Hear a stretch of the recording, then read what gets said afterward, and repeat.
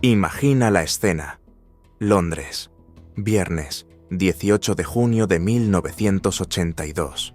El sol apenas despunta, perezoso, sobre el Támesis. Un empleado del Daily Express, camino al trabajo, cruza el puente de Blackfriars. Algo llama su atención, algo fuera de lugar. Colgando de un andamio metálico bajo los arcos del puente, con la soga al cuello y el cuerpo apenas rozando el agua fangosa con la marea baja, hay un hombre. No es un indigente. Está bien vestido, traje oscuro, aunque ahora empapado y macabro. En sus bolsillos, una extraña y pesada carga. Más de 5 kilos de ladrillos y piedras, y dinero. Unos $15,000 en distintas divisas. Su reloj, un Patek Philippe, se había detenido a la 1:52 de la madrugada. Su pasaporte, a nombre de Gian Roberto Calvini. Un nombre falso. El verdadero, pronto lo sabría el mundo entero, era Roberto Calvi, apodado, irónicamente, el banquero de Dios. La policía de la City de Londres, al principio, lo catalogó con cautela. ¿Suicidio? Parecía lo más obvio. Un hombre desesperado, con problemas, que decide acabar con todo. Pero había detalles que chirriaban, que no encajaban en la simple narrativa del suicida. El andamio era de difícil acceso. ¿Cómo llegó hasta allí un hombre de 62 años, corpulento, en plena noche? ¿Y por qué los ladrillos? ¿Y por qué bajo el puente de los Frailes Negros? Blackfriars, un nombre que para cualquier italiano con conocimiento de ciertas hermandades resonaba con un eco siniestro. Los frati neri, como se les llama en Italia, era un término que se usaba para referirse a miembros de logias masónicas oscuras, como la P2, de la que Calvi era miembro destacado. ¿Una macabra coincidencia? Para muchos, demasiada. La noticia corrió como la pólvora. Roberto Calvi, el presidente del Banco Ambrosiano, uno de los bancos privados más importantes de Italia, con estrechísimos lazos con el Vaticano, encontrado muerto en circunstancias que gritaban ejecución. Porque para aquellos que conocían los códigos no escritos del AMPA, la escena tenía todas las características de un mensaje brutal, inequívoco. La mafia italiana, especialmente la Cosa Nostra siciliana y la Camorra napolitana, tienen una larga y sangrienta historia de asesinatos rituales, cargados de simbolismo. Pensemos en el cuerpo de Cesare Terranova, un juez antimafia siciliano, asesinado en 1979 en Palermo. Su coche fue acribillado, un mensaje de que nadie, ni siquiera el Estado, estaba a salvo. O el abandono del cuerpo de Aldo Moro, el ex primer ministro italiano, en el maletero de un coche en Roma en 1978, a medio camino entre las sedes de la Democracia Cristiana y el Partido Comunista. Un mensaje político devastador tras su secuestro por las Brigadas Rojas, pero con sospechas de infiltración mafiosa, buscando desestabilización. En el caso de Calvi, la elección del lugar, Blackfriars, el dinero en los bolsillos, quizás para simbolizar la deuda impagada o el dinero sucio que lo arrastró hacia abajo, y la propia horca, remitían a antiguas ejecuciones por traición. En Italia, la frase «colgarlo como a un perro traidor» tiene un peso histórico, la humillación pública, y para la mafia, un banquero que pierde $1.200 millones de su dinero que necesitaban para sus operaciones, era, sin duda, un traidor. El periodista investigativo David Jalop, en su libro En nombre de Dios, fue uno de los primeros en argumentar convincentemente que esto no fue un suicidio, sino un asesinato orquestado. Señaló cómo las manos de Calvi no tenían restos de óxido del andamio, ni sus zapatos caros estaban embarrados como cabría esperar si hubiera trepado por sí mismo. El IOR no es un banco común. Fundado en 1942 por el Papa Pío XII, opera dentro de la Ciudad del Vaticano, un estado soberano. Esto significa que está, en gran medida, fuera del alcance de las autoridades fiscales y de las regulaciones bancarias italianas e internacionales. Su propósito oficial, custodiar y administrar bienes muebles e inmuebles destinados a obras de religión o caridad, un noble objetivo. Sin embargo, bajo la dirección del arzobispo estadounidense Paul Marcinkus, un hombre corpulento y de maneras directas, apodado el Gorila de Dios, Eliot se embarcó en una agresiva política de expansión financiera. Marcinkus, que una vez dijo célebremente que no se puede dirigir la Iglesia solo con avemarías, buscaba la solidez financiera para la Santa Sede, pero los métodos empleados fueron, como mínimo, cuestionables. La relación entre Calvi y Marcinkus fue la piedra angular de esta alianza profana. Eliot era uno de los principales accionistas del Banco Ambrosiano. A su vez, el Ambrosiano, con su extensa red internacional, se convirtió en el vehículo perfecto para las ambiciones financieras globales de Eliot. Juntos, Calvi y Marcinkus, a menudo con la participación de Michele Sindona en las etapas iniciales, tejieron una intrincada telaraña de sociedades fantasma y bancos pantalla en paraísos fiscales. Lugares como Luxemburgo, Panamá y muy especialmente Nassau, en las Bahamas, donde el Banco Ambrosiano Overseas, una filial clave, tenía al IOR como socio. Otra entidad importante fue el Cisalpine Overseas Bank of Nassau, también vinculado a Marcinkus y Calvi. ¿Cómo funcionaba el esquema? Era un juego de espejos financieros increíblemente complejo, pero con una lógica perversa. El Banco Ambrosiano, a través de sus filiales, como el Banco Ambrosiano Andino en Lima, Perú, dirigido por un socio de Licio Gelli, un tal Federico General Banque, prestaba enormes sumas de dinero a estas sociedades fantasma.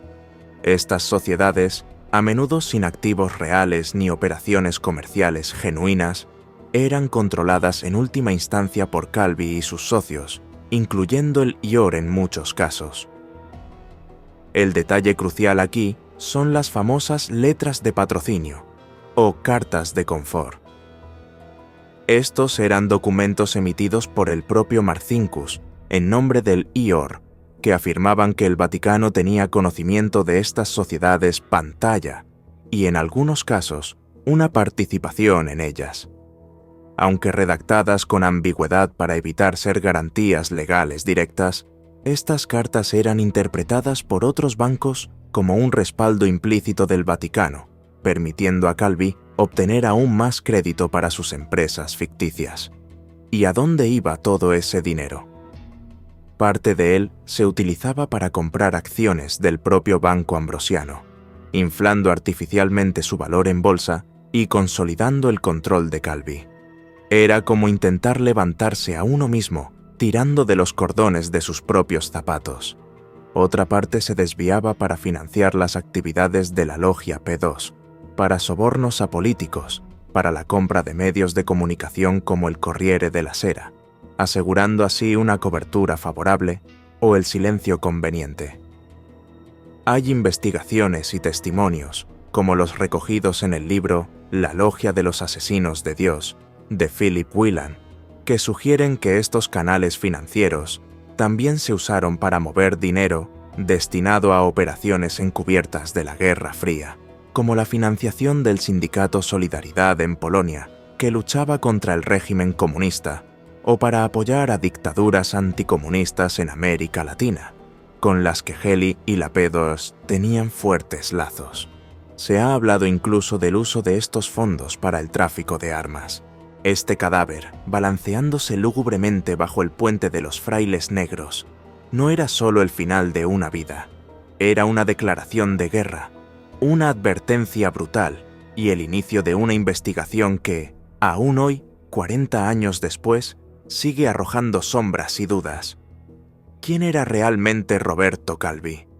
¿Cómo un modesto empleado de banca llegó a volar tan alto, tan cerca del sol del poder absoluto, para luego caer de forma tan estrepitosa y mortal?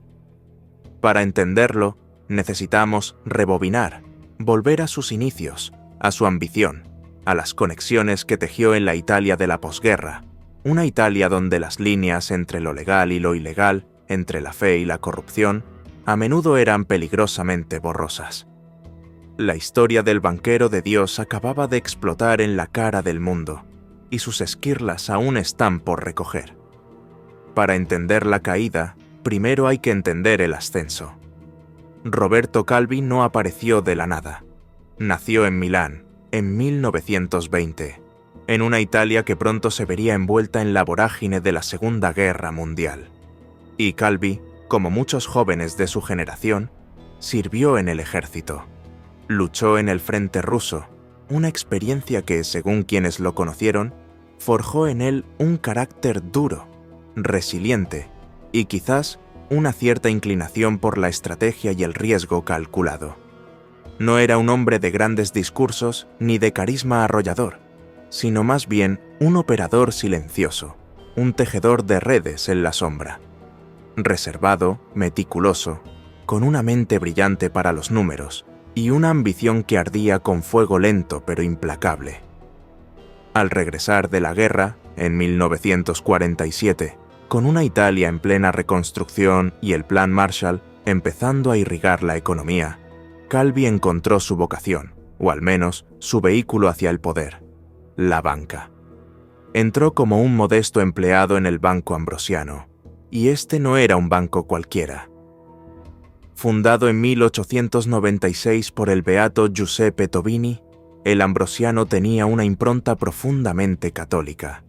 Su misión original era servir a las organizaciones católicas, ser un banco con principios morales, una ironía que con el tiempo se volvería sangrante. El nombre mismo, Ambrosiano, rendía homenaje a San Ambrosio, el patrón de Milán. Era el banco de la burguesía milanesa, piadosa y conservadora. Un lugar en apariencia intachable. Pero Calvi no era un hombre que se conformara con la rutina de un cajero.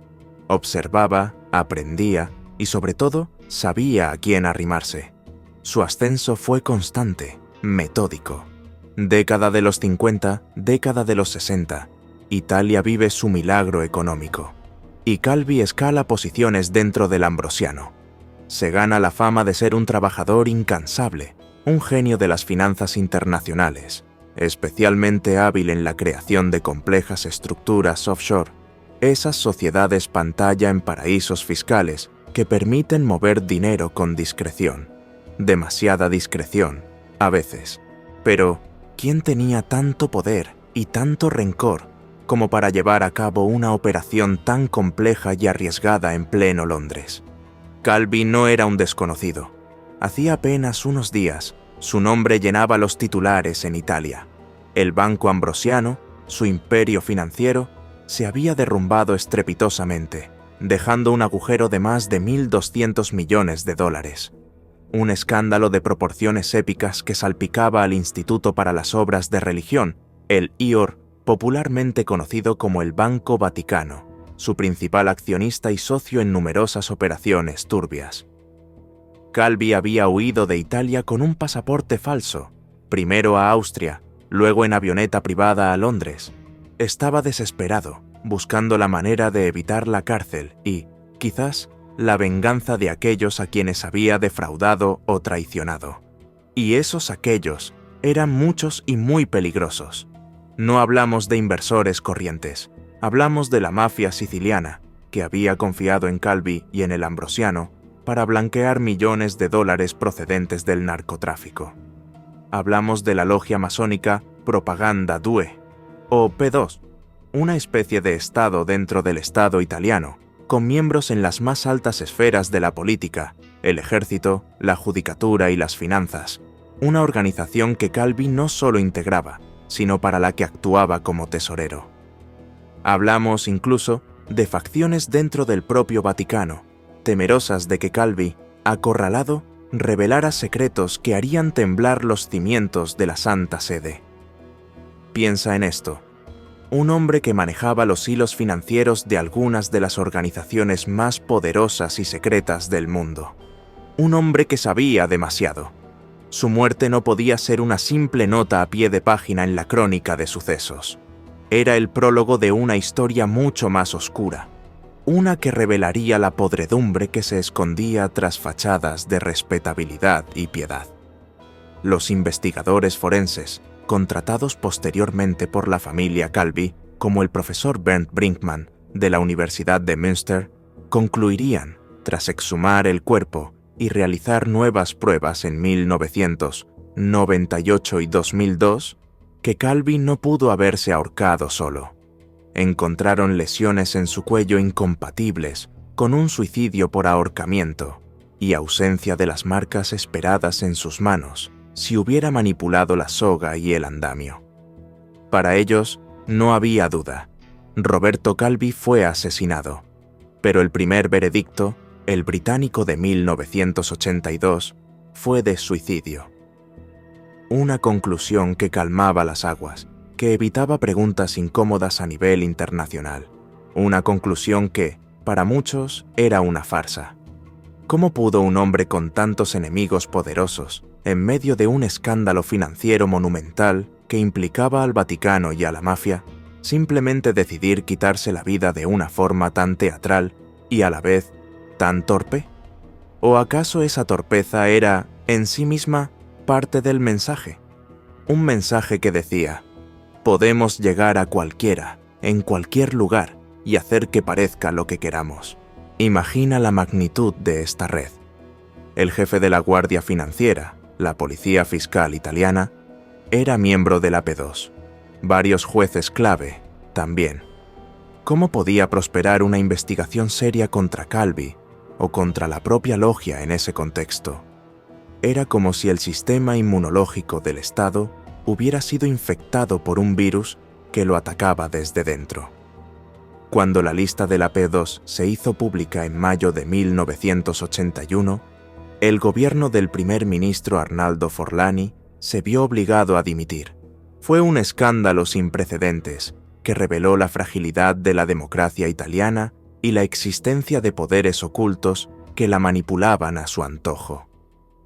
Licio Gelli, el venerable maestro, logró escapar de Italia antes de ser arrestado, iniciando una serie de fugas espectaculares que lo convertirían en una leyenda negra. Fue detenido en Suiza en 1982, pero se fugó de una cárcel de Ginebra un año después. Vivió durante años en la clandestinidad, principalmente en Sudamérica, antes de entregarse finalmente en Suiza en 1987.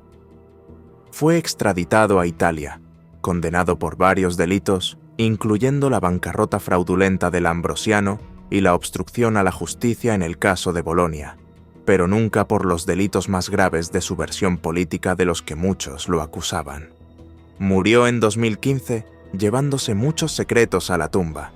La P2 no era solo un club de hombres poderosos, era un instrumento de control, y Roberto Calvi, con su acceso a enormes sumas de dinero, a través del Ambrosiano y sus conexiones con el Vaticano, era una pieza fundamental en ese engranaje. Pero ser una pieza, incluso una muy importante, en un juego tan peligroso, tiene sus riesgos. Si la pieza deja de ser útil o se convierte en un problema, puede ser eliminada del tablero. Calvi había volado muy alto, protegido por las alas de la P2, pero esas mismas alas podían cerrarse sobre él en cualquier momento. ¿Hasta qué punto los problemas de Calvi con la justicia y con sus acreedores, incluyendo la mafia, se convirtieron en un problema para la propia P2? ¿Y qué papel jugó esta logia secreta en su trágico final bajo el puente de Blackfriars? La sombra de la P2 se proyecta larga y oscura, sobre todo este caso. Si la logia P2 proporcionaba a Roberto Calvi una red de protección y poder terrenal, su conexión con el Vaticano le otorgaba un aura de legitimidad divina, o al menos la apariencia de ella. Pero esta alianza sagrada entre el Banco Ambrosiano y el Instituto para las Obras de Religión, el IOR, conocido popularmente como el Banco Vaticano, se pudriría desde dentro, transformándose en un conducto para algunas de las operaciones financieras más oscuras de la época. Imagina la escena. El Banco de Dios, involucrado en un escándalo que haría palidecer a cualquier financiero de Lampa. En marzo de 1981, durante una investigación sobre las actividades financieras de Michele Sindona, la policía italiana registró la Villa Wanda, la lujosa residencia de Gelli en Castiglione-Fibocchi, Arezzo. Lo que encontraron allí hizo temblar los cimientos de la República Italiana. No era solo oro o documentos comprometedores. Era una lista de 962 nombres, la lista de los miembros de la P2, y no eran ciudadanos comunes, eran la élite del país, 3 ministros del gobierno en funciones, 44 parlamentarios, los jefes de los 3 servicios secretos italianos, el SISD, Servicio Secreto Civil, el SISMI, Servicio Secreto Militar, y el CESIS, Comité Ejecutivo para los Servicios de Información y Seguridad, altos mandos del ejército, la marina y la fuerza aérea, como el almirante Giovanni Torrisi, jefe del Estado Mayor de la Defensa en aquel momento, o el general Giuseppe Santovito, director del SISMI, jueces, prefectos de policía, banqueros, industriales de primer nivel y dueños y directores de los principales medios de comunicación. Incluso Silvio Berlusconi, futuro primer ministro de Italia, figuraba en esa lista con la tarjeta número 1816. Era, en efecto, un gobierno en la sombra, un Estado dentro del Estado. La Comisión Parlamentaria de Investigación sobre la P2, presidida con valentía por la diputada Tina Anselmi, concluyó en su informe final de 1984 que la P2 era una organización criminal y una conspiración contra la República. Su objetivo, delineado en un documento encontrado en posesión de Gelli, llamado el Piano di Rinascita Democratica o Plan de Renacimiento Democrático, era ejercer un control total sobre Italia. Buscaban debilitar los sindicatos, controlar la prensa, y lo hicieron, por ejemplo, Calvi, bajo la dirección de Gelli. Utilizó fondos del Banco Ambrosiano para adquirir el prestigioso periódico Corriere della Sera, manipular el sistema judicial y colocar a sus hombres en todas las posiciones clave del Estado. Todo esto con un barniz de anticomunismo, muy conveniente en plena Guerra Fría, pero con un trasfondo claramente autoritario, con la intención de establecer un régimen presidencialista fuerte que erosionara los controles y equilibrios democráticos. ¿Y Calvi? Calvi no era un simple afiliado, era el tesorero, el financiero de la P2. El Banco Ambrosiano se convirtió en una de las cajas fuertes de la logia, desde donde se movían fondos para operaciones secretas, para sobornos, para financiar campañas de desinformación o para apoyar a regímenes amigos en el extranjero, como la dictadura argentina, con la que Gelli mantenía excelentes relaciones. Se sospecha que la P2 estuvo involucrada en la llamada Estrategia de la Tensión, que ensangrentó Italia durante los años de plomo, financiando o protegiendo a grupos terroristas de ultraderecha para crear un clima de caos que justificara una respuesta autoritaria. Aunque la implicación directa de la P2 como organización en atentados como el de la estación de Bolonia, en agosto de 1980, 85 muertos, más de 200 heridos, sigue siendo objeto de debate. Lo que sí está documentado es la labor de miembros de la P2 en los servicios secretos para desviar las investigaciones, proteger a los culpables y culpar a grupos de extrema izquierda. El juez Mario Amato, que investigaba estos vínculos entre terrorismo neofascista y la P2, fue asesinado por un grupo de ultraderecha en junio de 1980, poco antes de que estallara el escándalo de la lista de Gelli.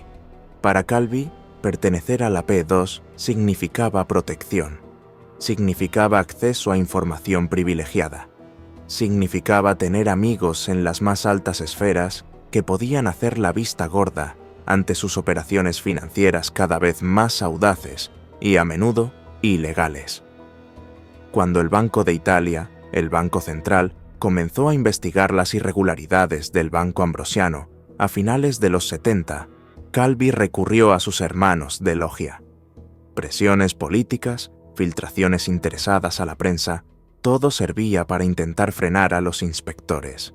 Uno de esos inspectores, Giulio Albi, escribió informes demoledores sobre la gestión de Calvi. pero sus advertencias fueron a menudo minimizadas o ignoradas gracias a la red de la P2. Su estilo de gestión era autocrático y secretista. Pocos dentro del banco entendían realmente la magnitud y la complejidad de las operaciones que Calvi dirigía personalmente. Se rodeó de un círculo de leales, pero incluso a ellos les revelaba solo lo imprescindible. ¿Era pura ambición desmedida? ¿O había algo más? ¿Estaba ya atrapado en una red de la que no podía escapar? Michele Sindona, su antiguo mentor, había caído en desgracia a mediados de los 70. Sus bancos se habían hundido. Fue acusado de fraude y asesinato. Se le implicó en la muerte del abogado Giorgio Ambrosoli, liquidador de sus bancos, asesinado en Milán en 1979, un crimen que conmocionó a Italia y por el que Sindona sería condenado.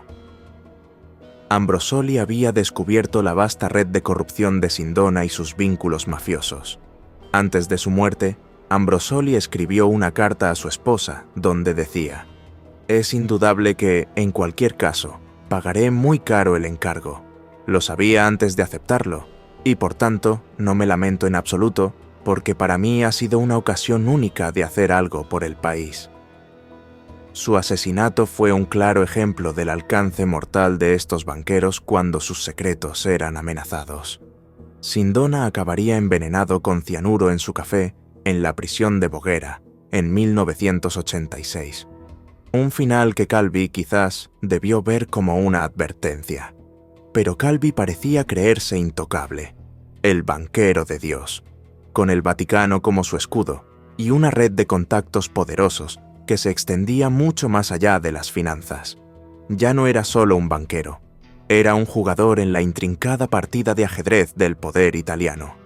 Un poder que, como pronto descubriría de la forma más brutal, tenía sus propias reglas y sus propios verdugos. Su ascenso había sido espectacular, pero cada peldaño que subía lo acercaba más a un precipicio del que no sería consciente hasta que fuera demasiado tarde.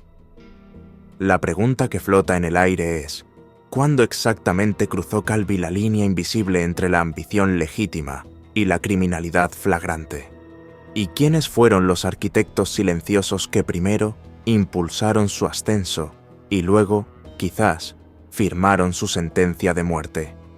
Si la conexión de Roberto Calvi con el Vaticano, a través de Paul Marcinkus, ya era un terreno resbaladizo, su pertenencia a otra organización, mucho más secreta y siniestra, lo catapultó a un universo de poder paralelo que operaba en las entrañas mismas del Estado italiano. Hablamos de la Logia Masónica Propaganda Due, o P2, un nombre que, para la Italia de los años 70 y 80, se convirtió en sinónimo de conspiración, corrupción y subversión. Olvida las imágenes románticas de sociedades secretas discutiendo filosofía a la luz de las velas. La P2 era otra cosa, una máquina de poder implacable. Originalmente una logia masónica regular dentro del Gran Oriente de Italia, la P2 fue transformada en los años 70 por un hombre carismático y temible, Licio Gelli. Autoproclamado venerable maestro, Gelli tenía un pasado turbio, voluntario fascista en la Guerra Civil Española junto a las tropas de Franco, enlace con los nazis durante la Segunda Guerra Mundial, y después un hábil superviviente que supo moverse en las turbulentas aguas de la política de la Guerra Fría. Gelli no era un simple masón, era un estratega, un titiritero que soñaba con remodelar Italia a su antojo. Y Roberto Calvi, nuestro banquero de Dios, era uno de sus hombres clave, con la ficha de miembro número 519 y el rango de aprendiz, aunque su papel era mucho más significativo. Aquí es donde entra en escena una figura clave, casi un mentor oscuro para Calvi, Michele Sindona, otro banquero italiano, siciliano de origen, con conexiones aún más profundas y peligrosas. Sindona era un mago de las finanzas, sí, pero también un hombre con línea directa al Vaticano. Manejaba inversiones de la Santa Sede y, lo que es más inquietante, con la mafia siciliana, particularmente con la poderosa familia Incerillo. y con la rama americana de la Cosa Nostra, a través de figuras como John Gambino. Hay informes de investigaciones, como las conducidas por el fiscal adjunto de Estados Unidos, John Kenney, que detallaron cómo Sindona usó su control sobre el Franklin National Bank en Nueva York para operaciones de lavado de dinero de la heroína para el clan Gambino. Su banco en Italia, la banca privata italiana, y sus múltiples sociedades en el extranjero fueron instrumentos clave en estas operaciones. Se dice que Sindona introdujo a Calvi en ciertos círculos vaticanos y, posiblemente, le abrió las puertas a un mundo donde el dinero de la Iglesia y el de la mafia podían llegar a rozarse. Fue Sindona quien, aparentemente, facilitó los contactos de Calvi con Monseñor Paul Marcinkus, un corpulento sacerdote estadounidense, ex guardaespaldas papal, que desde 1971 hasta 1989 dirigiría con puño de hierro el Instituto para las Obras de Religión, el IOR, el Banco Vaticano. Marcinkus era un personaje controvertido, pragmático hasta el extremo, más preocupado por la rentabilidad de las arcas vaticanas que por la procedencia de los fondos. La relación entre Calvi y Marcinkus se volvería simbiótica. El Banco Ambrosiano, bajo la creciente influencia de Calvi, se convirtió en el brazo secular para las operaciones financieras internacionales del IOR. ¿Necesitaba el Vaticano mover dinero discretamente para financiar al sindicato Solidaridad en Polonia, en plena Guerra Fría, o para apoyar a grupos anticomunistas en Latinoamérica? Calvi y el Ambrosiano eran la solución, y Calvi sabía cómo complacer. A través de una red de filiales y bancos pantalla en lugares como Luxemburgo, Suiza, Nassau en las Bahamas, como el Banco Ambrosiano Overseas, fundado en 1971, Calvi podía realizar operaciones que el IOR, por su naturaleza, no podía o no quería hacer abiertamente. Esto le granjeó el favor de Marcinkus y de otros influyentes prelados. Así, poco a poco, Roberto Calvi, el antiguo soldado, el empleado gris, empezó a ser conocido en los círculos adecuados como el banquero de Dios, un título que él mismo fomentaba, que le abría puertas y le confería un aura de respetabilidad e inviolabilidad. En 1971, Calvi fue nombrado director general del Ambrosiano. 4 años después, en 1975, alcanzó la cima: presidente. Ya no había nadie por encima de él en la estructura formal del banco. Tenía el control. Y con ese control, empezó a llevar al Ambrosiano por caminos cada vez más arriesgados.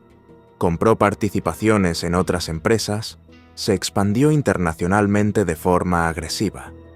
Pero muchas de estas operaciones se hacían con dinero prestado, a menudo de sus propias filiales en el extranjero, en un complejo juego de espejos financieros. El banco crecía, sí, pero sobre cimientos cada vez más inestables. El Banco de Italia, el Banco Central Italiano, comenzó a sospechar. El gobernador Paolo Baffi y el subdirector Mario Sarcinelli iniciaron investigaciones a finales de los años 70. Descubrieron un agujero negro financiero, transferencias masivas sin justificación económica clara, una exposición al riesgo demencial. Pero sus intentos de frenar a Calvi chocaron con un muro de influencias políticas y mediáticas orquestado por la P2. Baffi fue obligado a dimitir en 1979 tras una campaña de desprestigio y Sarcinelli fue incluso arrestado bajo acusaciones falsas, aunque luego fue absuelto. Era el precio de desafiar al sistema.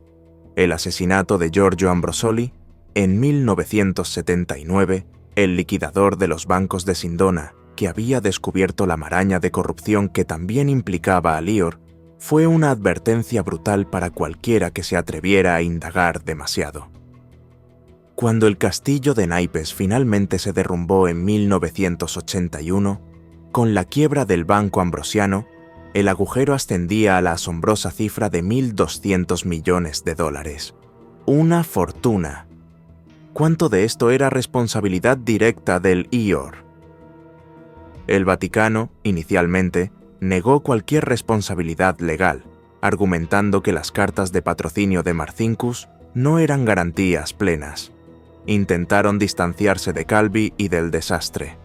Sin embargo, la presión internacional y la evidencia de su implicación eran demasiado fuertes. Finalmente, en 1984, el Vaticano, sin admitir culpabilidad legal, realizó un pago voluntario de unos 244 millones de dólares a los acreedores del Ambrosiano, reconociendo una suerte de implicación moral. Para muchos, fue una admisión tácita de su papel en el escándalo. Paul Marcinkus, gracias a su pasaporte diplomático vaticano y a la soberanía de la Santa Sede, nunca enfrentó un juicio en Italia, a pesar de las órdenes de arresto emitidas en su contra. Permaneció al frente del IOR hasta 1989 y luego se retiró a Sun City, Arizona, donde murió en 2006, llevándose consigo los secretos más profundos de esta trama. ¿Actuó Marcinkus por su cuenta o seguía directrices de más arriba? ¿Hasta qué punto estaba informado el Papa Juan Pablo II, quien había iniciado su pontificado en 1978, en pleno apogeo de estas operaciones? Son preguntas que resuenan hasta hoy. La alianza entre Calvi y el Vaticano no fue solo un negocio financiero, fue una perversión de la confianza, una mancha en la reputación de una institución milenaria. Demostró que ni siquiera los muros sagrados del Vaticano eran inmunes a la codicia y la corrupción que anidaban en el corazón del poder italiano. Y este mar de dinero sucio, de deudas impagadas y promesas rotas, no solo atrajo la atención de los reguladores, también encendió las alarmas de otro grupo, uno mucho menos indulgente con los que incumplen sus pactos: la mafia. Si el Vaticano y la Logia P2 eran los socios respetables de Roberto Calvi, aunque profundamente corruptos, había un tercer jugador en esta partida mortal, uno que no entendía de diplomacia ni de subterfugios financieros cuando se sentía traicionado: la mafia. Y no cualquier mafia. Hablamos de la Cosa Nostra siciliana, en la cima de su poder en los años 70 y principios de los 80, inundando el mundo con heroína y amasando fortunas que necesitaban desesperadamente ser lavadas, ser introducidas en el sistema financiero legal. La conexión de Calvi con el crimen organizado no fue directa al principio. El puente, una vez más, fue Michele Sindona. Sindona, el banquero siciliano, tenía lazos probados y profundos con las más poderosas familias mafiosas, como los Gambino y los Incerillo en Estados Unidos y Sicilia. Él era su principal reciclador de narcodólares. Cuando el imperio de Sindona se vino abajo a mediados de los 70, la Cosa Nostra necesitaba urgentemente nuevos canales. Y Roberto Calvi, con su Banco Ambrosiano y su red internacional de filiales y sociedades pantalla, y su crucial conexión con el IOR, el Banco Vaticano, se convirtió en un candidato ideal. Uno de los nombres clave que emerge en esta conexión es el de Giuseppe Pippo Calò. Conocido como el cajero de la mafia, Calò era un influyente jefe de la familia de Porta Nuova en Palermo, pero operaba principalmente desde Roma, donde cultivaba contactos en el mundo de las finanzas, la política y sí, también con elementos de la extrema derecha y la Banda della Magliana, una poderosa organización criminal romana que a menudo actuaba como brazo armado para intereses mayores. Calò era el hombre que manejaba las inversiones y el blanqueo de dinero para los Corleonesi de Totò Riina, la facción más sanguinaria y poderosa de la Cosa Nostra en aquel entonces. Se cree que Calvi, a través de intermediarios y de la propia estructura del Ambrosiano, manejó cientos de millones de dólares para Calò y sus socios. Otro personaje siniestro en esta trama es Francesco Pazienza, un exagente del servicio secreto italiano, Sismi, con vínculos tanto con la P2 como con el crimen organizado, quien actuó como una especie de facilitador para Calvi en ciertos círculos oscuros. Y luego está Flavio Carboni, un empresario sardo con una red de contactos igualmente turbia. que jugaría un papel crucial en los últimos y desesperados días de Calvi. Estos hombres no eran simples delincuentes, eran nodos en una vasta red donde el dinero, el poder político y la violencia criminal se entrelazaban. ¿Y qué ocurre cuando se pierde el dinero de la mafia? La respuesta es simple: la muerte. La Cosa Nostra, como cualquier organización criminal de su calibre, no tolera que la engañen o le hagan perder sus inversiones. Cuando el Banco Ambrosiano se hundió, no solo los pequeños inversores perdieron sus ahorros. Se estima que la mafia perdió entre 50 y 200 millones de dólares, quizás más, que habían sido confiados a Calvi para su limpieza e inversión. Para la mentalidad mafiosa, esto no era una simple quiebra bancaria, era una traición imperdonable. Para entender la gravedad de la situación de Calvi, hay que comprender la naturaleza del poder mafioso y el tipo de respeto que imponen en sus territorios. No es el respeto ganado por admiración, es el respeto impuesto por el miedo, por la capacidad de ejercer una violencia letal y un control social absoluto. Tomemos Corleone, en Sicilia, cuna de capos legendarios como Luciano Leggio, Totò Riina y Bernardo Provenzano. Durante décadas, especialmente desde los años 50 en adelante, estos hombres establecieron un dominio absoluto. Cualquier actividad económica, desde la agricultura hasta la construcción, pagaba el pizzo, la extorsión. Las elecciones locales eran a menudo decididas por el capo. Testimonios de Pentiti, como Tommaso Buscetta, han descrito cómo en pueblos como Corleone, el jefe mafioso era, de facto, la autoridad suprema. El Estado apenas existía o estaba completamente subordinado. En 1958, el asesinato del sindicalista Placido Rizzotto, en Corleone, atribuido a Leggio y sus hombres, silenció durante años cualquier intento de oposición social. Este es el tipo de ambiente del que provenían los hombres a los que Calvi debía dinero. O pensemos en Palermo, en barrios como Brancaccio, controlados férreamente por clanes como el de los hermanos Graviano, durante los 80 y principios de los 90.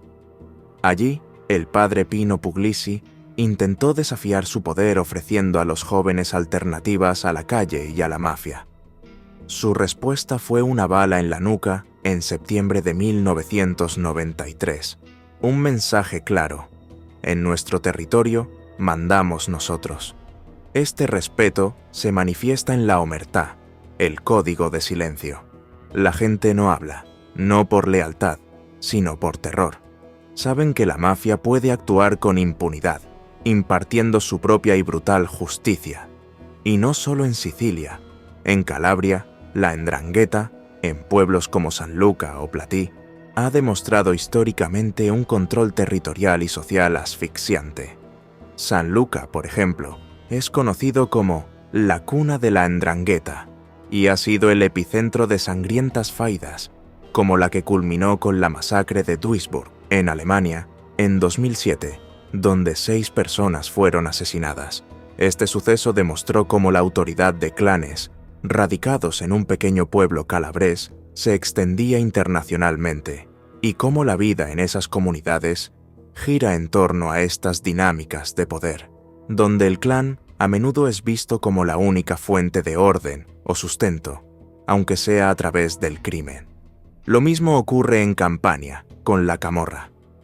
Roberto Saviano, en su libro Gomorra, describió vívidamente cómo el clan de los Casalesi, en Casal di Principe, controlaba cada aspecto de la vida, desde la gestión de residuos tóxicos hasta el comercio minorista, imponiendo su ley mediante la violencia y la intimidación. El asesinato del sacerdote don Giuseppe Diana, en 1994, por oponerse abiertamente a la camorra en Casal di Principe, es otro trágico ejemplo de las consecuencias de desafiar este poder. Este era el mundo al que Roberto Calvi había entrado, un mundo donde las deudas de honor se pagan con sangre. Francesco Franchi el Bello. Di Carlo, un mafioso siciliano que luego se convirtió en pentito, declaró en varias ocasiones que Pippo Calò le pidió que asesinara a Calvi. pero que él se negó. Di Carlo afirmó que Calò estaba furioso por la pérdida del dinero de la mafia y porque Calvi, supuestamente, se había quedado con parte de él. La mafia no solo quería su dinero de vuelta, quería enviar un mensaje. La forma en que Calvi fue encontrado muerto, colgado bajo el puente de los Frailes Negros, con los bolsillos llenos de ladrillos y dinero, tenía todos los tintes de una ejecución mafiosa ritual, un ahorcamiento simbólico que recordaba a los traditori, los traidores. Calvi, en sus últimos días, lo sabía. Estaba aterrorizado. Intentó negociar, prometió devolver el dinero, pero ya era demasiado tarde. Había jugado con fuego y se había quemado. Había subestimado la crueldad y la determinación de sus socios criminales. Para ellos, Calvi no era el banquero de Dios, ni un miembro influyente de la P2. Era simplemente un hombre que les había fallado, que había perdido su dinero y que, por lo tanto, debía pagar el precio más alto. La sentencia ya estaba dictada en las oscuras reuniones de los capos. Solo faltaba encontrar el momento y el lugar para ejecutarla. Y Londres, lejos de los ojos curiosos de la justicia italiana, se convirtió en el escenario perfecto para este último y macabro acto. El castillo de naipes financiero construido por Roberto Calvi, con sus intrincadas capas de sociedades pantalla, préstamos fraudulentos y complicidades en las más altas esferas, estaba destinado a caer.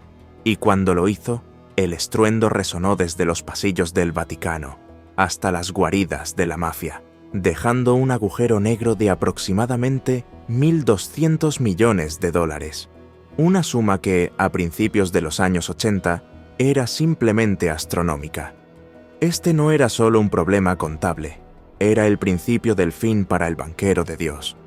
La mecha se había encendido años antes, con las primeras investigaciones del Banco de Italia a finales de los 70. Pero la red de protección de la logia P2 y la aparente solidez de sus conexiones con el IOR habían mantenido a Calvi a flote, capeando temporalmente las tormentas. Sin embargo, el descubrimiento de la lista de la P2 en marzo de 1981 debilitó fatalmente su escudo político. Al mismo tiempo, en el Banco de Italia, bajo el liderazgo de su nuevo gobernador, Carlo Azeglio Ciampi, un hombre íntegro y decidido a restaurar la credibilidad del sistema financiero italiano, la presión sobre el Banco Ambrosiano se intensificó. Ya no bastaban las evasivas ni las promesas vacías. Durante la primavera de 1982, la situación se volvió crítica. Los inspectores del Banco de Italia, revisando minuciosamente los libros del Ambrosiano y sus filiales, especialmente el Banco Ambrosiano Holding de Luxemburgo y el Banco Ambrosiano Overseas de Nassau, descubrieron la aterradora verdad. Una enorme cantidad de préstamos habían sido concedidos a una docena de empresas fantasma registradas en Panamá, Liechtenstein y otros paraísos fiscales.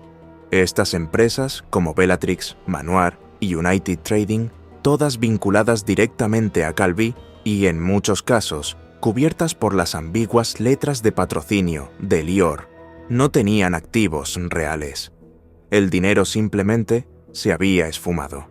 Parte había sido utilizado para comprar acciones del propio Ambrosiano, en un intento desesperado por mantener el control y el precio de las acciones, y otra parte, como ya hemos visto, había fluido hacia los bolsillos de la mafia, la P2, o para financiar operaciones políticas secretas. 1.200 millones de dólares. Imagina esa cifra. Era más que el capital total del banco. El Ambrosiano estaba, técnicamente, en quiebra. Calvi, que ya había sido condenado en primera instancia en 1981 a 4 años de cárcel y una multa multimillonaria por exportación ilegal de divisas, una sentencia que había recurrido y por la que estaba en libertad bajo fianza, vio cómo el cerco se estrechaba inexorablemente. Trató de ganar tiempo, de encontrar una última solución mágica. Viajó frenéticamente, intentó conseguir nuevos préstamos, presionó a sus antiguos aliados políticos y financieros, suplicó al arzobispo Marcinkus y al IOR que asumieran la responsabilidad de las deudas de las sociedades pantalla, argumentando que las cartas de patrocinio eran, en esencia, garantías. Pero Marcinkus, sintiendo el peligro, comenzó a distanciarse, negando cualquier responsabilidad legal del Vaticano. Elior afirmó que solo eran cartas de conocimiento, no de garantía. Para Calvi, fue una traición devastadora. En mayo de 1982, el Banco de Italia le dio un ultimátum. O el Ambrosiano encontraba la manera de cubrir el gigantesco agujero, o intervendrían. El 31 de mayo, Calvi fue despojado de sus poderes como presidente del banco que había dirigido con mano de hierro durante casi una década. A principios de junio, el ministro del Tesoro italiano, Beniamino Andreatta, un hombre que no se dejaba intimidar, anunció que el Estado no rescataría al Ambrosiano de la forma en que Calvi esperaba. El 7 de junio, el Banco de Italia nombró a un grupo de comisarios para tomar el control del banco y evaluar el desastre. Era el golpe de gracia. La noticia del colapso del Banco Ambrosiano sacudió Italia y los mercados financieros internacionales. Para miles de pequeños accionistas, muchos de ellos familias católicas que habían confiado en la imagen piadosa y la solidez aparente del banco, fue la ruina. Sus ahorros, invertidos en acciones del Ambrosiano, se evaporaron de la noche a la mañana. Los bancos extranjeros que habían prestado dinero a las filiales del Ambrosiano, a menudo confiando en la reputación de Calvi o en el supuesto respaldo del Vaticano, se enfrentaron a pérdidas masivas. El escándalo salpicó la reputación de todo el sistema bancario italiano, generando una ola de desconfianza. ¿Quiénes fueron los principales perjudicados? Los ciudadanos de a pie, por supuesto. Aquellos que creyeron en la solidez de una institución que llevaba el nombre del santo patrón de Milán. También los empleados del banco, que vieron sus puestos de trabajo peligrar.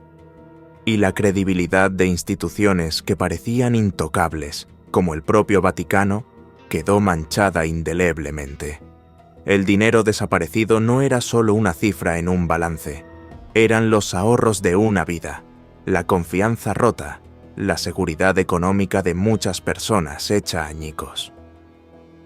En las semanas previas a su huida, Calvi parecía un hombre acorralado, consciente de que sus enemigos se multiplicaban.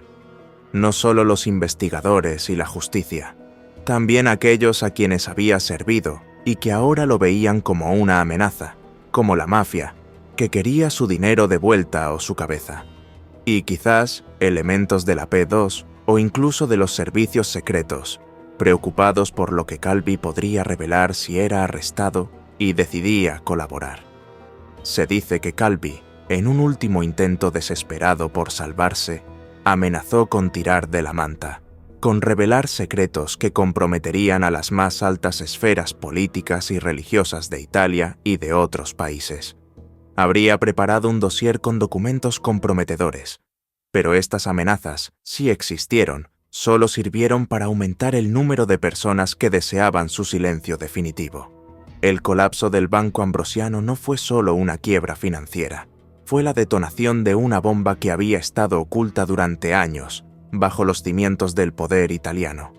Y Roberto Calvi, el arquitecto de ese artefacto, estaba a punto de ser consumido por su propia explosión.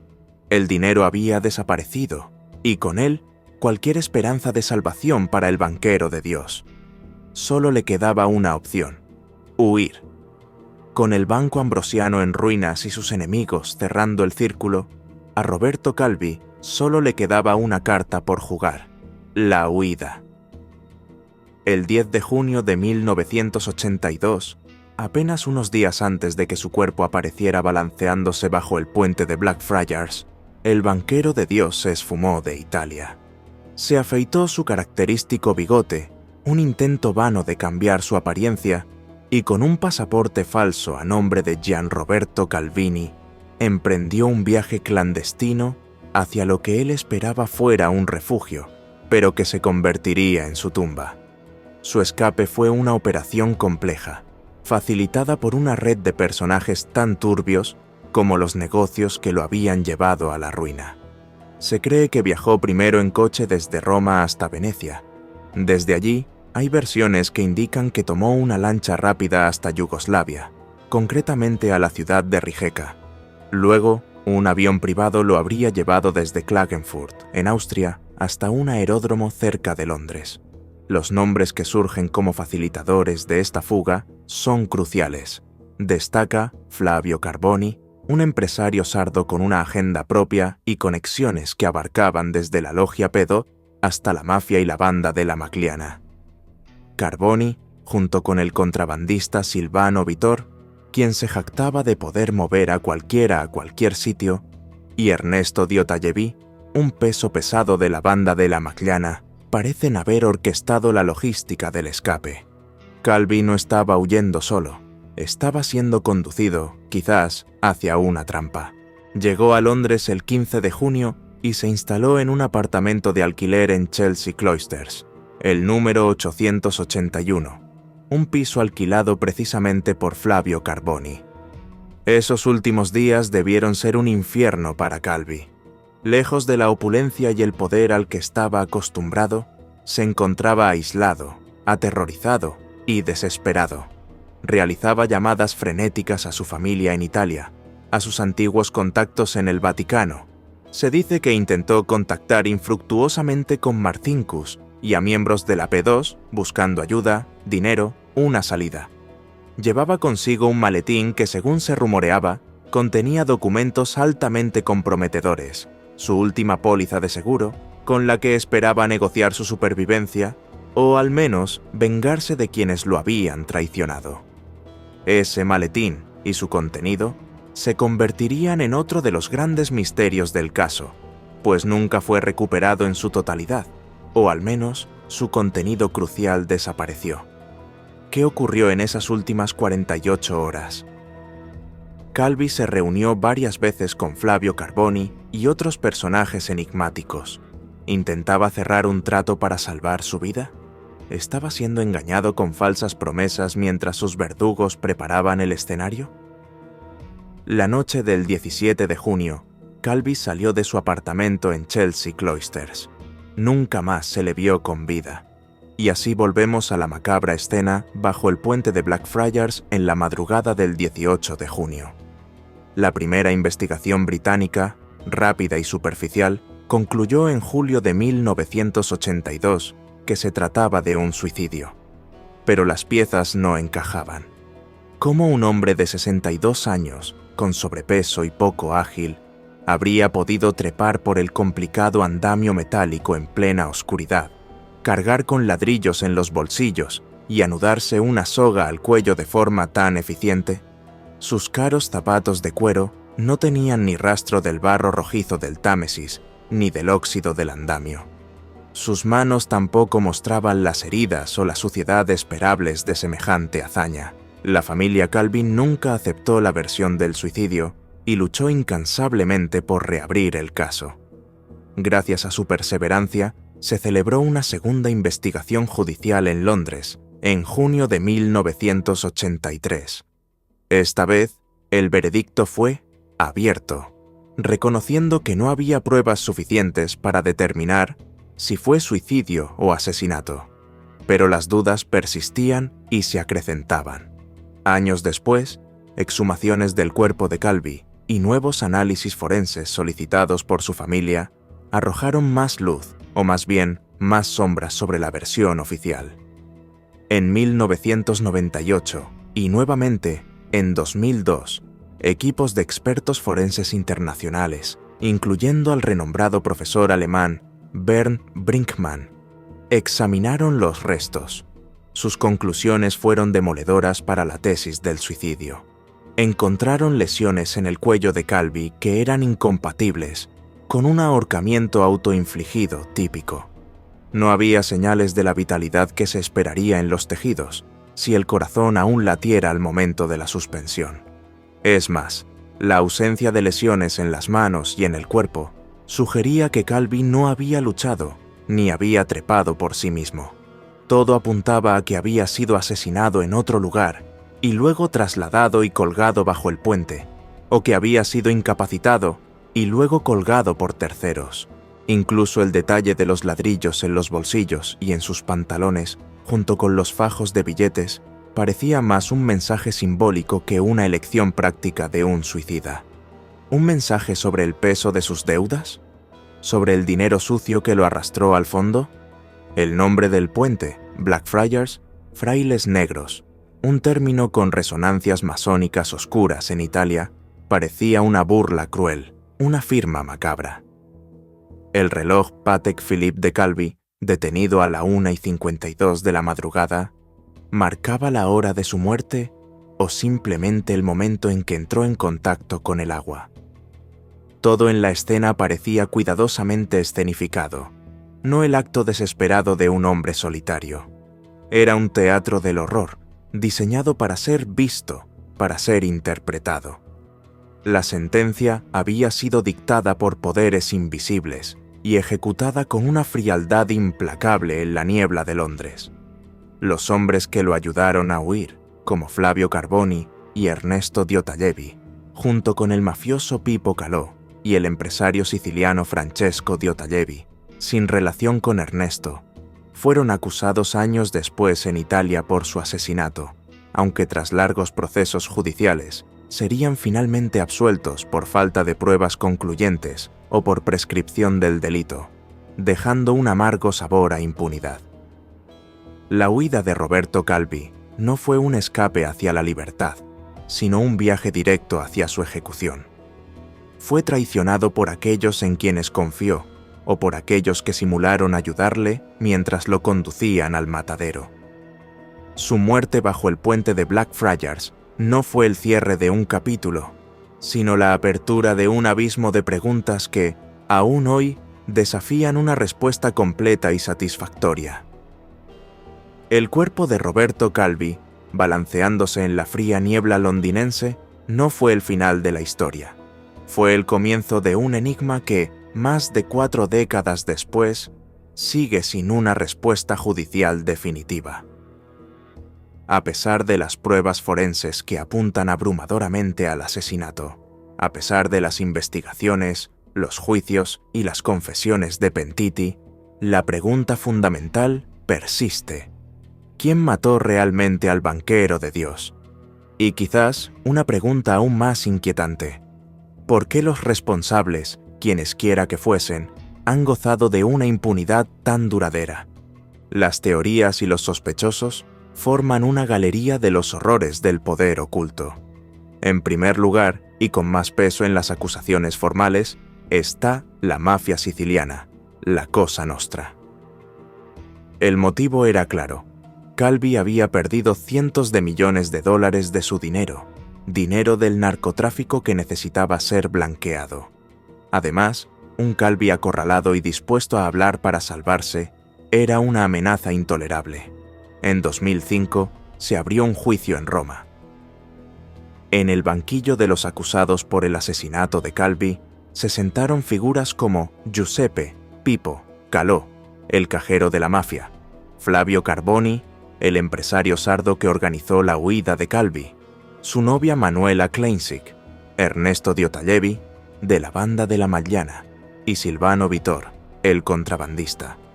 La fiscalía argumentó que la mafia había ordenado el asesinato para castigar a Calvi por la pérdida del dinero y para asegurarse su silencio. Sin embargo, en junio de 2007, todos fueron absueltos por falta de pruebas suficientes. Un veredicto que, para muchos, especialmente para la familia Calvi, fue una amarga decepción y un ejemplo de cómo la justicia puede ser impotente ante redes criminales tan poderosas y herméticas. Luego está la sombra omnipresente de la logia P2. Roberto Calvi no era un miembro más, era el financiero de la organización de Licio Gelli. Conocía sus secretos más íntimos, las cuentas bancarias, los sobornos, las operaciones para desestabilizar el Estado italiano, los nombres de políticos, jueces y militares implicados. Con el escándalo de la P2 aún reciente y Calvi enfrentándose a la cárcel y a la ruina, el riesgo de que decidiera colaborar con la justicia era altísimo. Para una organización clandestina, cuyo poder residía en el secreto, un Calvi locuaz era una bomba atómica. ¿Ordenó Heli, o figuras prominentes de la logia, su eliminación para proteger la estructura y a sus miembros? Es una teoría plausible, aunque Heli nunca fue formalmente acusado del asesinato de Calvi, si bien sí fue condenado por la quiebra del Ambrosiano y otros delitos relacionados con la P2.